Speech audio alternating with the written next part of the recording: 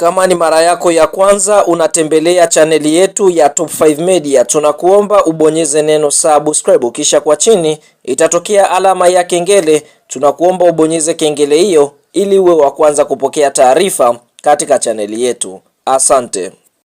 Siku ya leo ni kuhusiana na kile ambacho kinaendelea katika dirisha kubwa la usajili kwa msimu wa mwaka 2026-2027 ambapo tunaona vilabu mbalimbali hapa nchini Tanzania vinafanya usajili kwa uweledi. Wachezaji wenye majina makubwa wanasajiliwa na vilabu mbalimbali hapa nchini Tanzania, lakini miongoni mwa jina ambalo limeweza kuwa gumzo kubwa siku ya leo nchini Tanzania katika usajili ni mchezaji Faisal Salum almaarufu kwa jina la Feitoto. Feitoto mara baada ya kuonyesha kiwango bora katika misimu tofauti aliyocheza ligi kuu ya NBC, basi kwa sasa anahusishwa kutaka kuondoka ndani ya klabu ya soka ya Azam Football Club. Feitoto amebakiza mkataba wa mwaka mmoja kuitumikia klabu ya soka ya Azam, yani msimu wa mwaka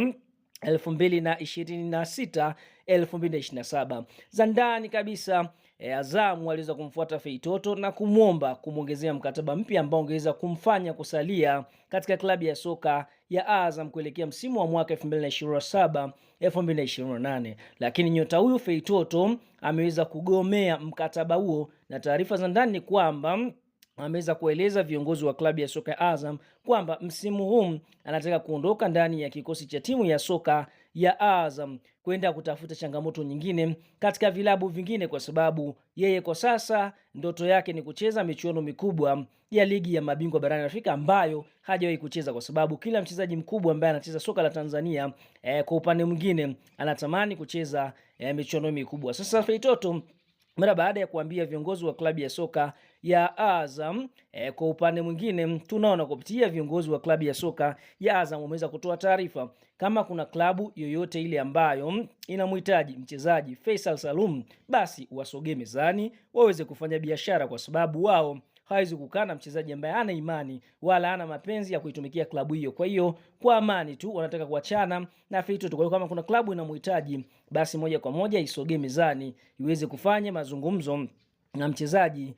Faisal Salum, na wao watakuwa tayari kumuuza kwa matakwa ya kile ambacho aliweza kukisaini katika mkataba, hususan katika kipengele chake kuelekea katika mkataba huu ambao unakwenda kumalizika. Sasa kwa mujibu wa taarifa ambayo imeweza kutolewa na afisa habari wa klabu ya soka ya Yanga ndugu Ali Elshamadi Kamwe, ameweza kufunguka kuhusiana na tetesi ambazo zinamhusisha Feitoto kutaka kusajiliwa na bosi wa klabu ya soka ya Yanga GSM Gali Said Mohamed, ambaye amekuwa akitoa fedha za usajili, ambapo tunamshuhudia ameweza kumleta mchezaji kama Peter Shalulile, mchezaji mkubwa ambaye amepita katika vilabu vikubwa, tena usajili wake zaidi ya bilioni 1.5 kwa sababu Yanga wametumia takriban dola 7.5 kwa mkataba wa mwaka mmoja tu. Sasa kupitia ndugu Alishabani Kamwe ameweza kusema kwamba klabu ya soka ya Yanga wao tayari wameshamalizana na wale wachezaji wote wazawa, na ndio maana tunaona mpaka sasa Yanga wao wabakiza kumtambulisha mchezaji mmoja ama wawili ambao wakiwa ni wa kimataifa. Kwa hiyo kwa upande wa wachezaji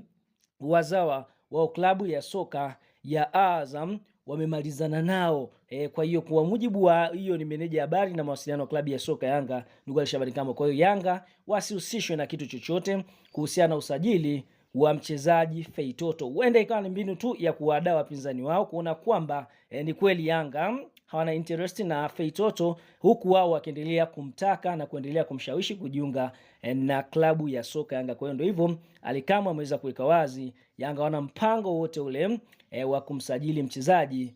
Faisal Salum almaarufu kwa jina la Feitoto.